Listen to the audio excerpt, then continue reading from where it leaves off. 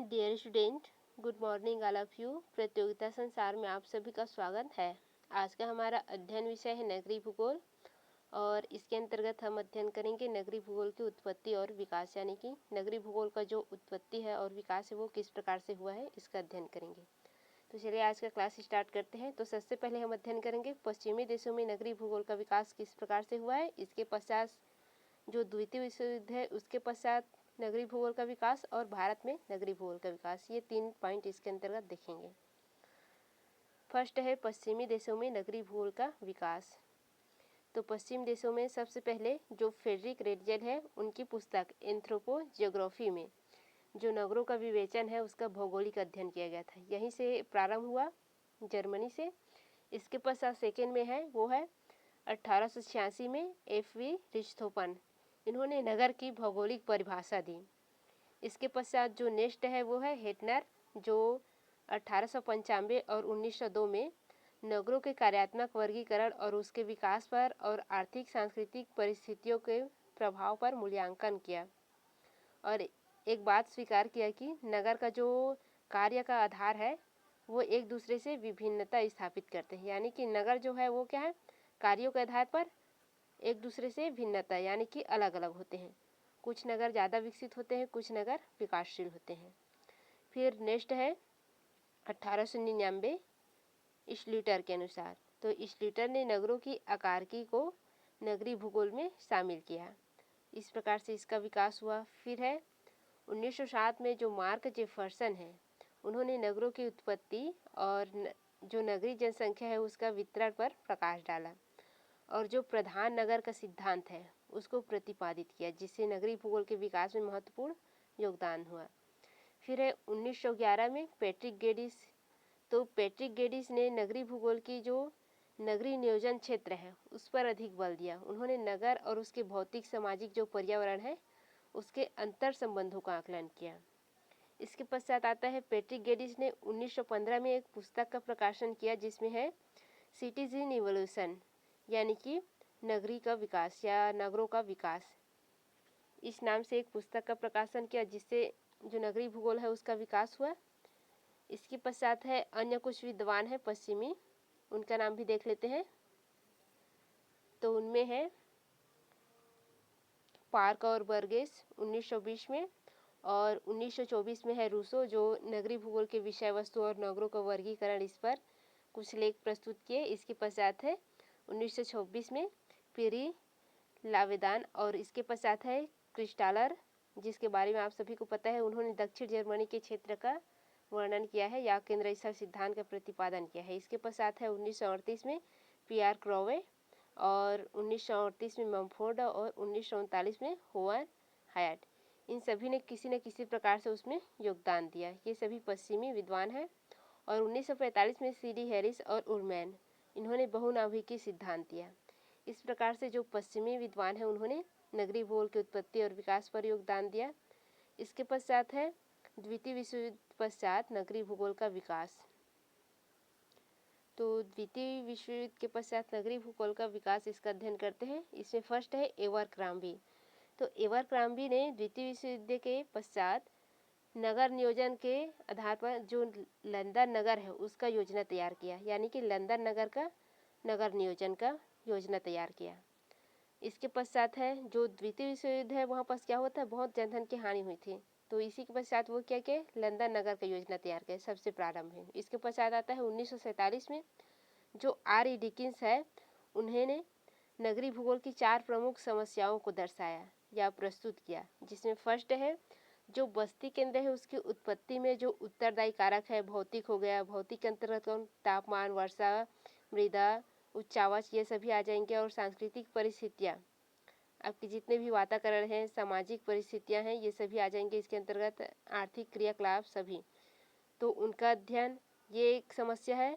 और second point है इस केंद्र की कार्यात्मक क्षेत्रीय और धरातली बनावट पर ऐतिहासिक घटनाओं की परिप्रेक्ष्य में प्रक्रिया, यानी कि ये जो बस्ती केंद्रक है उसकी कार्यात्मक या क्षेत्रीय या धरातली जो बनावट है उस पर ऐतिहासिक घटना का प्रतिक्रिया या प्रभाव किस प्रकार से।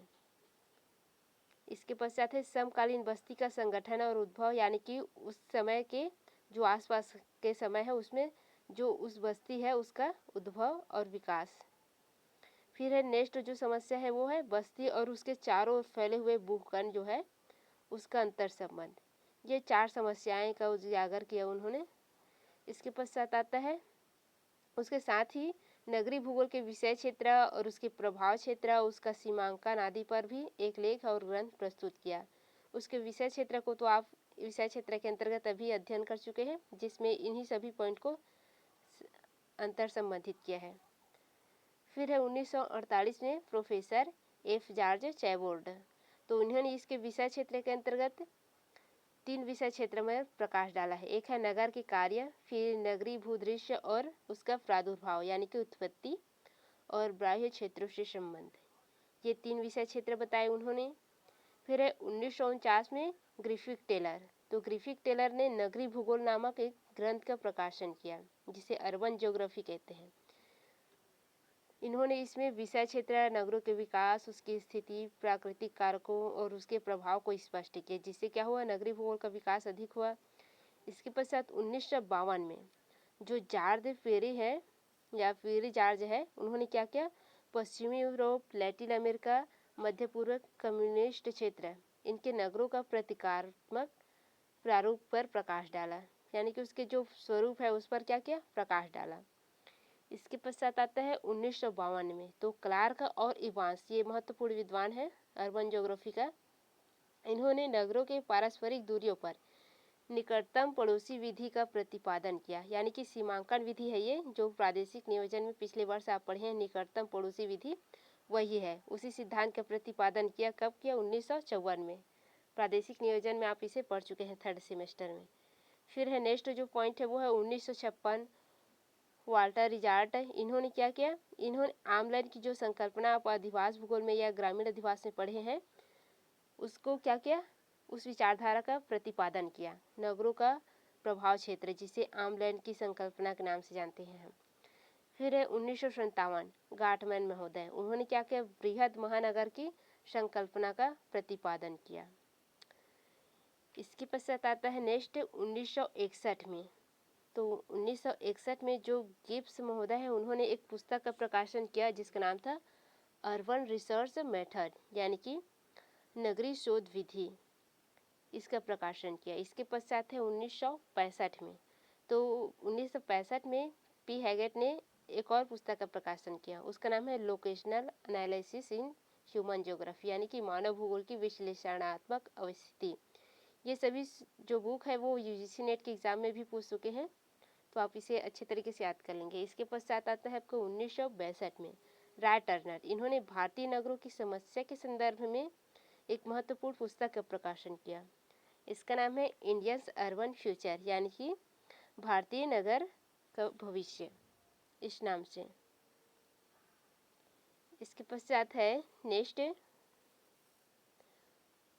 1963 में E.A. स्मिथ, इन्होंने नगरों के भूगोल नामक एक पुस्तक लिखा। इसके पश्चात है 1975 में H. कार्टर, इन्होंने the study of urban geography नाम का बुक लिखा।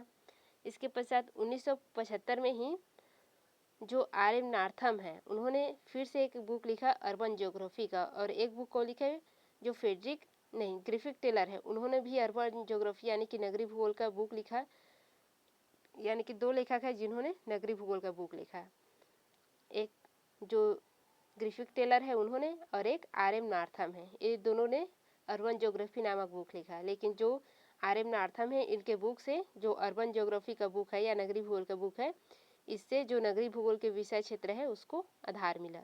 इस प्रकार से जो नगरीय भूगोल है उसका उद्भव और विकास पश्चिमी देशों में हुआ। अब इसके पश्चात आता है हमारे भारत में नगरीय भूगोल का विकास, तो भारत में भी नगरीय भूगोल का विकास किस प्रकार हुआ ये देख लेते हैं। भारत में नगरीय भूगोल के जो अध्ययन का शुरुआत है वो 1927 में चेन्नई से प्रारंभ हो गई थी, किंतु इसका जो वास्तविक विकास है वो स्वतंत्रता के बाद हुआ। उत्तर भारत में जो नगरीय भूगोल है उसके अध्ययन का विकास जो है 1955 में हुआ, और उसका शुरुआत जो है RLC यानी कि उसका पूरा नाम है रामलोचन सिंह, इसके द्वारा किया गया है। अर्थात जो रामलोचन सिंह है उनको ही भारत में जो नगरीय भूगोल है उसका जनक कहा जाता है, ये भी याद रखेंगे। फिर है सेकेंड पॉइंट, RN सिंह ने क्या किया, 1955 में वाराणसी महानगर का उस पर अपना शोध कार्य किया और लंदन विश्वविद्यालय में प्रस्तुत किया, जिससे क्या हुआ, जो भारत है वहाँ पर अर्बन ज्योग्राफी का अध्ययन का विकास हुआ। इसके पश्चात है A.V. चटर्जी, उन्होंने 1958 में अपना शोध कार्य हावड़ा नगर पर प्रस्तुत किया। और उनके बाद जो है जो डॉक्टर उजागर सिंह है, उन्होंने इलाहाबाद नगर पर अपना अध्ययन प्रस्तुत किया 1962 में। इसी प्रकार से और भी विद्वान हैं जिन्होंने विभिन्न नगरों पर अपना अध्ययन प्रस्तुत किया और शोध कार्य किया, जिससे क्या हुआ, नगरीय भूगोल का विकास हुआ, उसका उद्भव हुआ। तो वो भी देख लेते हैं। उजागर सिंह के बाद आता है एल द्विवेदी द्वारा, उन्होंने इलाहाबाद में इसका अध्ययन 1965 में किया। इसके पश्चात है हरिहर सिंह द्वारा कानपुर का अध्ययन किया गया। फिर MS आलम द्वारा हैदराबाद सिकंदराबाद का अध्ययन किया गया। फिर CD देशमुख पांडे द्वारा मुंबई राज्य का अध्ययन किया गया। इसके पश्चात है जैन दत्ता, इनके अनुसार बंगाल 1956 में अध्ययन किया गया। फिर है BLS प्रकाश राव, इनके द्वारा मैसूर राज्य का अध्ययन किया गया। फिर है PS तिवारी मध्य प्रदेश का अध्ययन किए। इसके पश्चात OP सिंह उत्तर प्रदेश का और RD सिंह बिहार का अध्ययन किए। इस प्रकार से विभिन्न विद्वान हैं जिन्होंने क्या किया, विभिन्न राज्यों का अध्ययन किया।